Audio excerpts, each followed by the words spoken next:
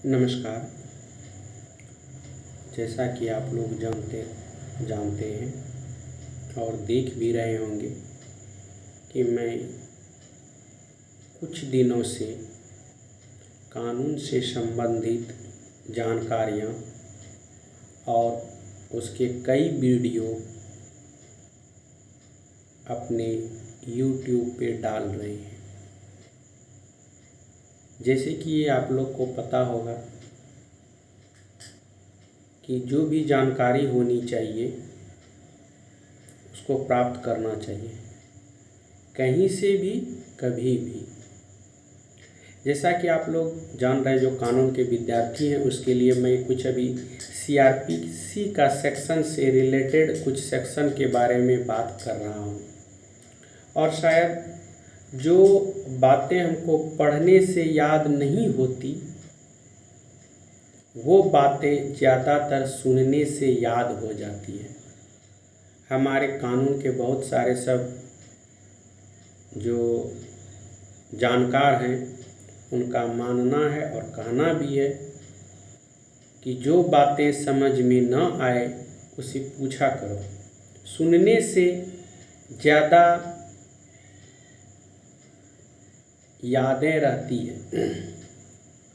जैसे कि हम लोग कभी कभी देखते हैं कि CRPC का कुछ ऐसे सेक्शन है जो कि क्रिमिनल के लिए लाभदायक है, जो क्रिमिनल के प्रैक्टिशनर हैं, जो क्रिमिनल के करते हैं। बहुत सारे सब में ऐसे लर्नर होते हैं, नए एडवोकेट होते हैं जिनको कि शायद परेशानियां होती है। अगर आप CRPC का सेक्शन के बारे में जानकारी नहीं, तो अगर मान लीजिए आप कभी भी CRPC का बुक पढ़िएगा तो उसमें अगर आप सेक्शन 154 से 176, 154 से 176 पढ़िएगा तो उसमें जो है पुलिस को सूचना और उसकी अन्वेषण करने की शक्ति के बारे में बताया गया है।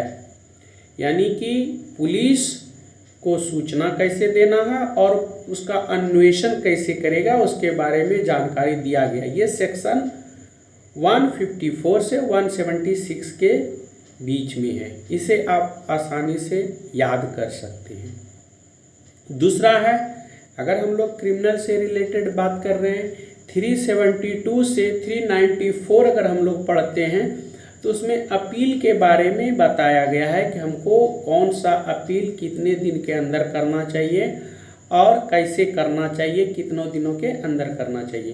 तो ये अगर 372 से 394 सेक्शन पढ़ते हैं तो उसमें ये जानकारी आपको मिलेगी। उसके बाद अगर आप 436 से 450, 436 से 450 के बीच में पढ़ेंगे तो इसमें जमानत और बंद पत्र के बारे में आपको बताया गया है। यानी कि बंद पत्र यानी कि आपको जमानत कैसे लेते हैं। इसी में आ जाता है आपका एंटीसेप्टरी बिल सब आ जाता है, BP आ जाता है, बिल पिटीशन आ जाता है। तो अगर आप 436 से 450 पढ़िएगा तो उसमें जमानत और बंद पत्र से संबंधित आपको जानकारी प्राप्त होगी। ये CRPC की सेक्शन है, ये CRPC की सेक्शन है। और इसी तरह CRPC जब तक हम लोग का स्ट्रॉन्ग नहीं होता है तब तक हम लोग कोई भी बातें सीख नहीं पाते हैं।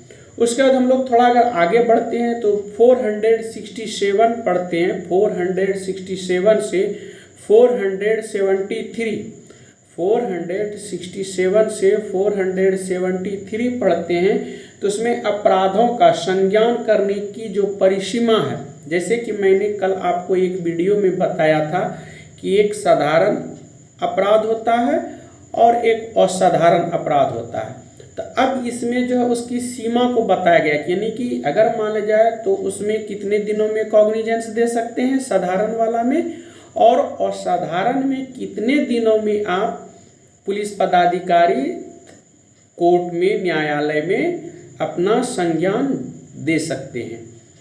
तो उसके बारे में बताया जाता है। फिर से मैं बता दूं, 467 से 473 पढ़िएगा तो इसमें संज्ञान के बारे में बताया गया, संज्ञान की परिसीमा। अपराध, जैसे अपराध मैंने बताया था दो प्रकार के होते हैं, एक साधारण अपराध और एक होते हैं असाधारण अपराध। जो साधारण अपराध होते हैं उसे कहते हैं असंज्ञेय, और जो असाधारण अपराध है उसे कहते हैं संज्ञेय। जिसमें कि इसमें दिया गया है कि पुलिस पदाधिकारी, जैसा कि हम लोग जानते हैं कि अगर मान जाए साधारण अपराध है तो उसमें आपको 60 दिन के अंदर जो है कॉग्निजेंस देना होता है, और अगर असाधारण है, संज्ञेय है, तो उसमें 90 दिन का होता है। और इसमें एक चीज़ और, अगर मान लीजिए 60 दिन के अंदर वो अगर कॉग्निजेंस सबमिट कोर्ट में नहीं करता है तो ये भी हो सकता है कि जो एक्यूज्ड हैं, अपराधी हैं, उसको न्यायालय द्वारा बेल मिल जाती है।